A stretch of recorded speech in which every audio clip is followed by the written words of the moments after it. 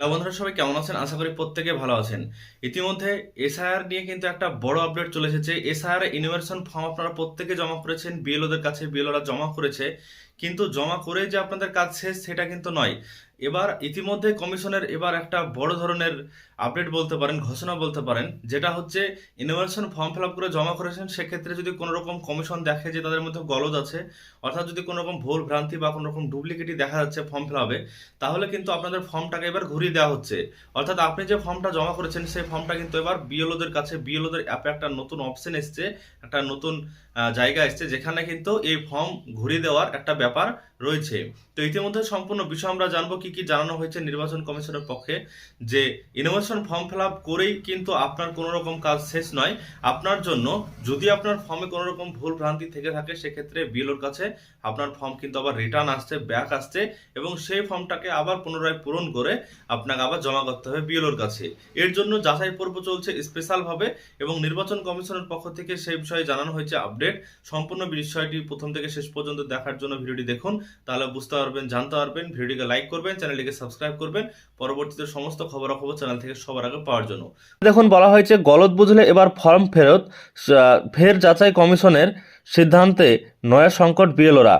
দেখুন, এখানে বলা হয়েছে যে গলদ যদি আপনাদের ফর্মে থেকে থাকে তাহলে কিন্তু আপনাদের ফর্মটা ফেরত পাঠানো হচ্ছে। আগেই ইনুমারেশন ফর্ম ডিজিটাইজেশন শেষ করে ফেলেছেন বহু বুথ লেভেল অফিসার অর্থাৎ বিএলও, কিন্তু তার মাঝেই কাজ শেষ নয়। এবার গলদ বুঝলে অ্যাপ মারফত সেই ফর্ম তাদের কাছেই ফিরিয়ে দেওয়ার সিদ্ধান্ত নিয়েছে কমিশন।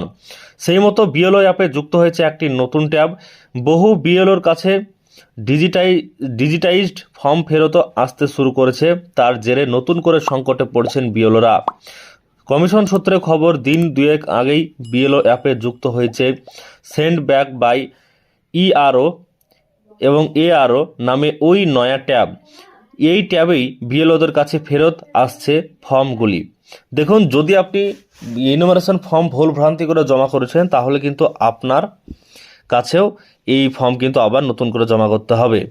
সেগুলি দেখে ফের যাচাই করে পুরনো পদ্ধতিতে আরও একবার ডিজিটাইজ করতে হচ্ছে বিএলওদের।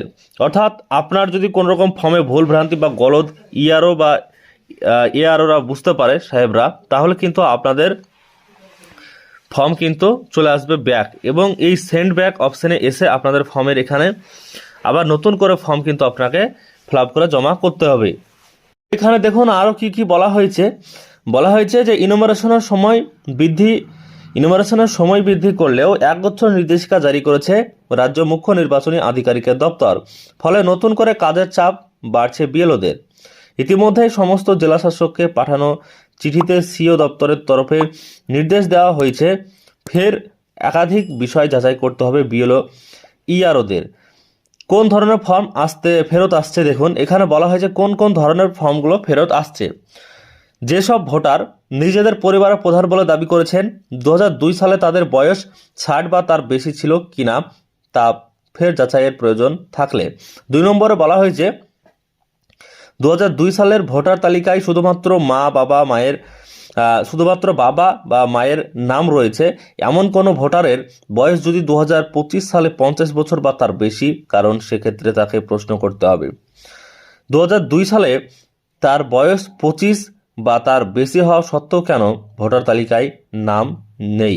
দেখুন, ভোটার তালিকায় যদি 2002 সালে তার বয়স 25-এর বেশি হয়ে যায় এবং সেক্ষেত্রে তার নাম নেই, তাহলে কিন্তু তাকে এবার জিজ্ঞেস করতে হতে পারে।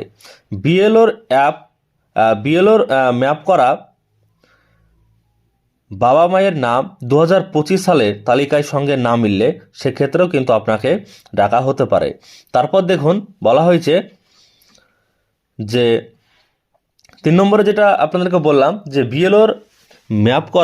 বিএলওর অ্যাপে যে ম্যাপিং বা ম্যাচিংয়ের যে একটা অপশন রয়েছে, সেখানে যদি আপনাদের নাম না মিলে তাহলে কিন্তু ডাকা হতে পারে।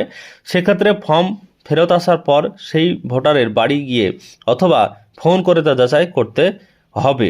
এছাড়া পরিবারের অনুপস্থিতি সদস্যের হয়ে অন্য কেউ সই করলেও ফর্ম ফেরত আসার সম্ভাবনা থাকছে। স্বাভাবিকভাবেই তাই ফের কাজের চাপ বাড়তে চলেছে বিএলওদের। নাম প্রকাশ্যে অনিচ্ছুক উত্তর 24 পরগনার আমডাঙ্গা বিধানসভার এক বিএলওর বক্তব্য। গত 1 মাস ধরে দিনের পর দিন শারীরিক ও মানসিক পরিশ্রম করতে হয়েছে। কী কারণে ডিজিটাইজেশনের কাজ শেষ করার পর একগুচ্ছ নির্দেশিকা জারি করা হলো। কাজ শুরুর সময় এসব তথ্য পৃথকভাবে যাচাইয়ের নির্দেশ দিলে অনেক সুবিধা হতো। যদিও সিও অফিসের এক আধিকারিক বক্তব্যে কমিশনের তরফে স্পষ্ট বলে দেওয়া হয়েছে, কোনো যোগ্য ভোটারের নাম যাতে বাদ না যায় তা নিশ্চিত করতে হবে। তেমনি কোনো অযোগ্য ভোটার যাতে তালিকাভুক্ত না হন সে ব্যাপারেও 100% সতর্ক থাকতে হবে। যেহেতু অতিরিক্ত সময় মিলেছে, তাই পুনরায় বিষয়গুলি যাচাইয়ের নির্দেশ দেওয়া হয়েছে। কাজের চাপ বাড়ছে তা অনস্বীকার্য, তবে বিএলওদের ওপরে গোটা প্রক্রিয়া নির্ভর করছে। যদিও এত কিছুর পর কমিশনের পরিসংখ্যানেই বিভ্রান্তি বাড়ছে, কারণ মৃত ও স্থানান্তরিত ভোটার শূন্য বুথের সংখ্যা 2280 থেকে কমে 20-তে ঠেকেছে। ফলে যাচাই নিয়ে প্রশ্ন থাকছেই। তো দেখুন, ইতিমধ্যে যে বিষয় জানানো হয়েছে যে এবার কিন্তু আপনাদের ফর্ম ফিল আপ করেই কাজ শেষ নয়, আপনাদের এবার ফর্ম ফিল আপের সেই যাচাইকরণ আবারও শুরু হচ্ছে। এবং যদি কোনো রকম ভুল ভ্রান্তি বা গলত থাকে তাহলে আপনার ফর্মটা পুনরায় জমা করতে হবে এবং বিএলও সাহেব আপনাকে নির্দিষ্ট কারণ জানার পরেই কিন্তু জমা নেবেন। আশা করছি সমস্ত বিষয়টি আপনাদেরকে জানাতে পেরেছি। বন্ধুরা, আজকের ভিডিওর মাধ্যমে আমি আপনাদেরকে সম্পূর্ণ বিষয় দেখালাম যে ইনোভেশন ফর্ম ফিল আপ করে জমা করেছেন ঠিকই, কিন্তু যদি কোনো রকম ভুল ভ্রান্তি থেকে থাকে তাহলে কিন্তু আপনাদের ফর্মটা আবার ব্যাক আসছে বিএলওর কাছে এবং সেটা পরবর্তীতে আবার বাতিল হয়ে যাওয়ার আশঙ্কা রয়েছে। তাই এখনই কিন্তু যাচাই করে আপনি আবার আপনার ফর্মটাকে জমা করুন। আশা করছি সমস্ত বিষয়টি জানতে পেরেছেন আজকের ভিডিওর মাধ্যমে। ভিডিও যদি ভালো লাগে লাইক করবেন, চ্যানেলটিকে অবশ্যই সাবস্ক্রাইব করবেন। যদি নতুন হয়ে থাকেন তাহলে অবশ্যই সাবস্ক্রাইব করে রাখবেন, বন্ধুদের সঙ্গে শেয়ার করবেন ভিডিওটি, তারা যেন জানতে পারে এবং বুঝতে পারে। ফেসবুক থেকে যদি ভিডিও দেখে থাকেন তাহলে অবশ্যই পেজটিকে ফলো করে রাখবেন।